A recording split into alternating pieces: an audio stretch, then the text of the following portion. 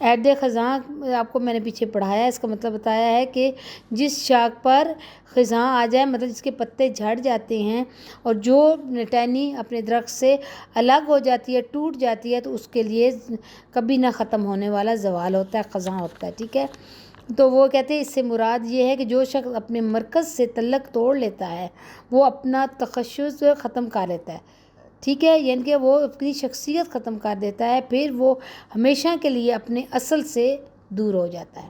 عہد خزاں کا یہ مطلب ہے، ٹھیک ہے، یہ اس شخص کے لیے ہے جو اپنے مرکز سے الگ ہو جائے، اپنے جو ہے قوم سے الگ ہو جائے، اپنے گروپ سے الگ ہو جائے، یہ اس کے لیے کہ وہ اکیلا رہ جاتا ہے، اس کی مثال ایک خزاں کی طرح ہے۔ نیکسٹ ہے کس کے گلستان میں فصل خزاں کا دور ہے، یعنی کہ کس کے باغ میں فصلیں، مسلمان قوم کے گلستان میں فصل خزاں کا دور ہے۔ مسلمان جو قوم ہے ان کا گلستان کیا ہے، باغ ہے، ان کا ملک اس کو کہا گیا ہے گلستان، کے اس میں فصل خزاں ہے، یعنی کہ ان کی فصل خزاں کی طرح ہے، کیونکہ اس شعر میں ملت اسلامیہ کے لیے ایک عظیم درس ہے۔ ملت اسلامیہ ہے کہ اپنا ملک اسلامی ملک، کہ وہ مسلمان جو کبھی عروج آشنا تھے، جو یعنی کہ کوئی عروج پہ تھے، بہت ترقی کر رہے تھے، اب آپس کی ریشہ دوانیوں اور عدم اتحاد کی وجہ سے حاکم سے محکوم بن گئے ہیں، کہ اپنے آپس میں لڑائی جھگڑے کی وجہ سے ایک دوسرے سے دور ہو گئے ہیں، تو وہ جو ہیں وہ حاکم سے محکوم بن گئے ہیں، ان پر خزاں آ گئی ہے، مطلب ان پر زوال آ گیا ہے، ٹھیک ہے۔ یہ تھا نیکسٹ کویسچن۔ آگے ہے کویسچن، جیب گل کس چیز سے خالی ہے، جیب گل کس چیز سے خالی ہے، پھول کی جیب۔ جیب گل میں نے آپ کو بتایا تھا، اس کا مطلب پیچھے بھی پڑھایا ہے آپ کو شعر، کہ پھول کی جیب زر کامل عیار سے خالی ہے، اس سے مراد یہ پھولوں کا دامن خالص سونے سے خالی ہو چکا ہے۔ یہاں سونے سے مراد پھول کے زرد دانے ہیں، ٹھیک ہے، جن سے نئے پھول بنتے ہیں۔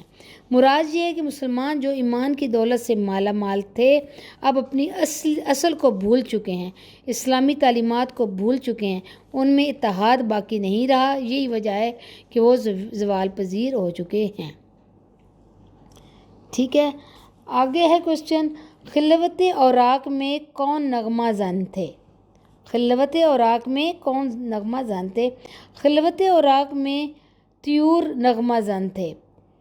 مراد یہ ہے کہ امت مسلمہ کے عظیم سپوت جنہوں نے اپنے کردار و عمل سے مسلمانوں کو بیدار کر کے ان میں جذبہ حریت پیدا کیا اور آزادی کی راہ دکھائی، وہ اب اس دنیا سے رخصت ہو چکے ہیں۔ خلوت اوراق مطلب وہ یہاں پہ ان شخصیت کے بارے میں کہا گیا ہے جنہوں نے قوم کی ترقی کے لیے دن رات خدمت کی، جنہوں نے لوگوں کو سیدھا رستہ دکھایا، ان کو بیدار کیا کہ کس طرح انہوں نے اپنے جذبہ حریت پیدا اپنے اندر کرنا ہے اور کس طرح اپنے ملک کے لیے خدمت کرنی ہے، وہ اس دنیا میں نہیں رہے۔ خلوت اوراق وہ عظیم لوگ جنہوں نے ملک اور قوم کے لیے خدمتیں پیش کی، تو وہ ان کے بارے میں یہ کہا گیا، خلوت اوراق ان کو کہا گیا، ٹھیک ہے۔ تو نیکسٹ ہے، ہمیں کس چیز سے سبق اندوز ہونا چاہیے۔ علامہ اقبال کہتے ہیں کہ ہمیں کٹی ہوئی شاخ سے سبق حاصل کرنا چاہیے۔ زمانے اور فطرت کا اصول یہ ہے کہ جو ٹہنی شجر سے ٹوٹ کر الگ ہو جائے وہ دوبارہ کبھی سرسبز و شاداب نہیں ہو سکتی۔ اس طرح جب مسلمان باہمی نا اتفاقی کا شکار ہو کر الگ الگ ہو جائیں تو وہ کبھی بھی کامیاب نہیں ہو سکتے، ٹھیک ہے۔ تو آگے کویسچن، امیر بہار کے لیے کس بات کی ضرورت ہے، امید بہار کے لیے کس بات کی ضرورت ہے۔ امید بہار کے لیے ٹہنی کا شجر سے جڑے رہنا ضروری ہے، مراد یہ ہے کہ امت کی ترقی کے لیے اتفاق و اتحاد بہت ضروری ہے۔ نیکسٹ ہے، اس نظم کے قوافی کی نشاندہی کریں۔ اس نظم کے قوافی درج ذیل ہیں، بہار، دہار، عیار، دار اور روزگار، مطلب ملتے جلتے ساؤنڈ والے ورڈز۔ ٹھیک ہے. آگے نیکسٹ اس میں کوشچن دیا گیا ہے کہ درج شعر کی نثر بیان کریں. جو نغمہ زن تھے خلوت اوراق میں طیور، رخصت ہوئے تیرے شجر سایہ دار سے.